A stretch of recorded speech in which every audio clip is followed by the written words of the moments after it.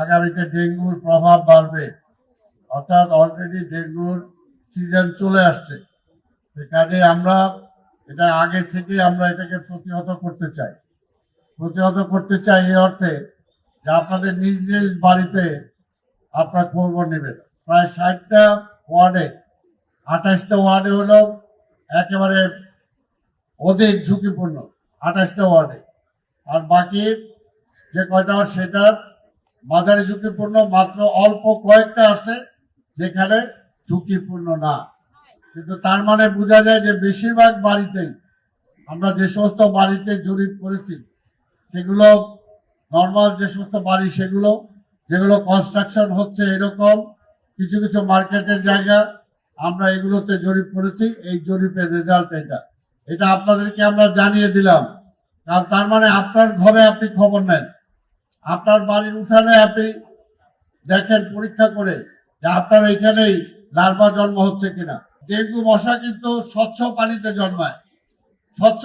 জন্মায়। কাজে আমাদের প্রত্যেকটা আঙ্গিনা, প্রত্যেকটা বাড়ির প্রত্যেকটা ছাদ, প্রত্যেকটা রাস্তা আমাকে পরিষ্কার রাখতে হবে।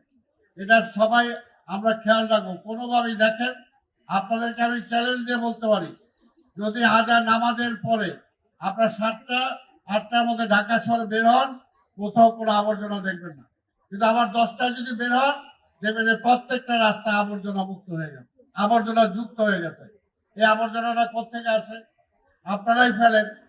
তাহলে আপনারা না ফেললেই তো হয় যে আপনারা একটা সময় করে যে রাত্রে আমি আবর্জনা ফেলবো, সন্ধ্যার পরে আবর্জনা ফেলবো, রাত্রেবেলায় এই আবর্জনাটা সিটি কর্পোরেশনের কর্মীরা নিয়ে যাবে। আপনি 24 ঘন্টা আবর্জনা ফেললে তো সিটি কর্পোরেশন 24 ঘন্টা সেটা নিতে পারবে না। সেই কারণে দায়িত্ব আপনারও বলতে হবে যে দায়িত্ব আমার এই সিটি কর্পোরেশন পরিষ্কার রাখা। এই জন্য আমি বারবার বলি যে 50-50 দায়িত্ব। জনগণের দায়িত্ব 50%, সিটি কর্পোরেশনের দায়িত্ব 50%। পরিষ্কার পরিচ্ছন্ন রাখা, জনগণের বসবাসযোগ্য রাখা, বায়ু দূষণ থেকে এই ঢাকা শহরকে রক্ষা করা, আবর্জনার যুক্ত থেকে এই ঢাকা শহরকে রক্ষা করা, এটা আমাদের উভয়ের দায়িত্ব। তাই আমরা বিশ্বাস করি, আপনাদের সহযোগিতা আমরা চাই।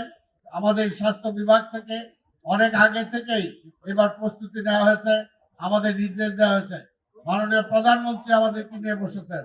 মাননীয় প্রধানমন্ত্রী আরো 2 মাস আগে থেকে আমাদের বলতেছেন যে 2 মাস পরে ডেঙ্গু আসবে, এখন থেকে প্রস্তুতি নিতে হবে। কাজে সিটি কর্পোরেশন এবং স্বাস্থ্য বিভাগ আমরা মিলে আমরা চেষ্টা করছি। আজকে এই ধানমন্ডি লেকের ব্যাপারে আমরা নতুন পরিকল্পনা গ্রহণ করেছি। এই ধানমন্ডি লেকটাকে সুন্দরভাবে, কারণ এটা আমাদের দক্ষিণ একটা ফুসফুসের মতো, এখানে মুক্ত পরিবেশে নিঃশ্বাস নেওয়ার মতো একটা জায়গা। কিন্তু আজকে এটাকে বারবার বলার পরেও এটাকে কমার্শিয়াল মতো আপনারা বানিয়ে ফেলছেন। আমি বলতেছি যে এখানে মেলা উইদাউট পারমিশন, সিটি কর্পোরেশন জানে না এখানে ইজারাদারকে কতটুকু ইজারা দেওয়া হয়েছে, এখানে তাকে কে পারমিশন দিল এখানে এইভাবে মেলা করার। কাজে এইগুলোতে আপনার ধানমন্ডি সোসাইটি এখানে আছেন, আপনাদেরকে বলছি, আপনাদেরকে কর্তৃত্ব নিতে হবে, আপনাদেরকে এগুলো দেখতে হবে। আমরা সহযোগিতা করবো আপনাদেরকে। সারাক্ষণ সিটি কর্পোরেশন আইসা এখানে তো পাহারা দিবে না, এই পাহারাটা এলাকার সবাই মিলেই কিন্তু দিতে হবে, সামাজিকভাবে প্রতিরোধ করতে হবে। সেই বিষয়টা আমি আশা করি আপনার খেয়াল রাখবেন।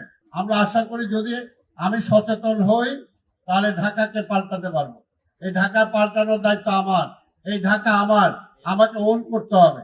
আজকে ডেঙ্গু থেকে বাঁচতে হলে আমাকে পদক্ষেপ নিতে হবে।